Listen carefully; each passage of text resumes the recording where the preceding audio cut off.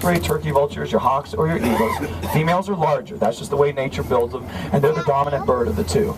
And so, whether I'm right or wrong about the female-male thing, I can tell you with great certainty that this bird's at least 4 years of age, because before that, juvenile bald eagles are all brown and have little white flecks. Big birds, weighing about 10 pounds, 7 to 8 foot wingspans, mostly muscle. They say less than a pound of that bird is its feathers and its skeleton structure, because of course its bones are hollow and very thin and flexible. They live to be very old in the wild, 20 to 25 years old. You can see the bright yellow beak and the bright yellow claws. If you kind of look carefully and peek at it, just preening themselves there. What they'll do is they'll adjust their feathers throughout the day. Underneath the outer layer, they tell us a total feather count on a bald eagle is somewhere around 3,000 feathers.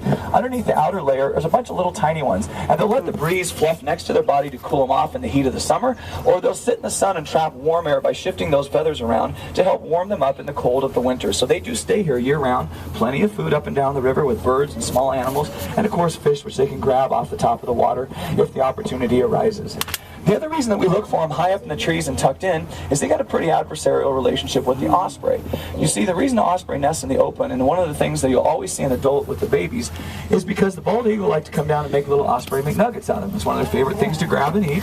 They'll also steal the osprey's fish after the osprey works so hard to catch a fish. And so the osprey are much more nimble, about half the size, and they'll actually drive these guys back in here deep into the trees, so just kind of give them a warning not to come after their babies or their fish. And we see some pretty amazing aerial acrobatics between the two of them. So pretty darn cool to see them, though, with the regularity that we do on these trips. And I can almost always be able to get somewhere close where we can get a chance to take a look at one, usually closer than most people ever get to.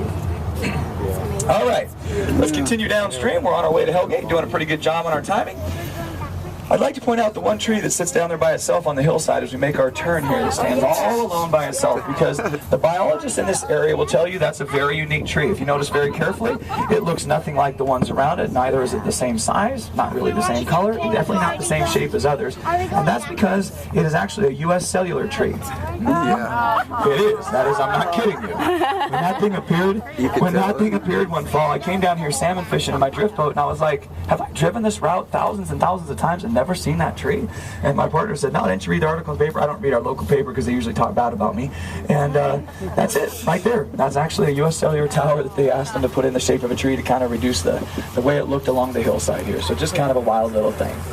Well, some of you saw that deer back there at the island, so remember to keep your eyes peeled along the shoreline too as we drive. In the heat of the day, they often come right down to the water's edge to cool themselves off.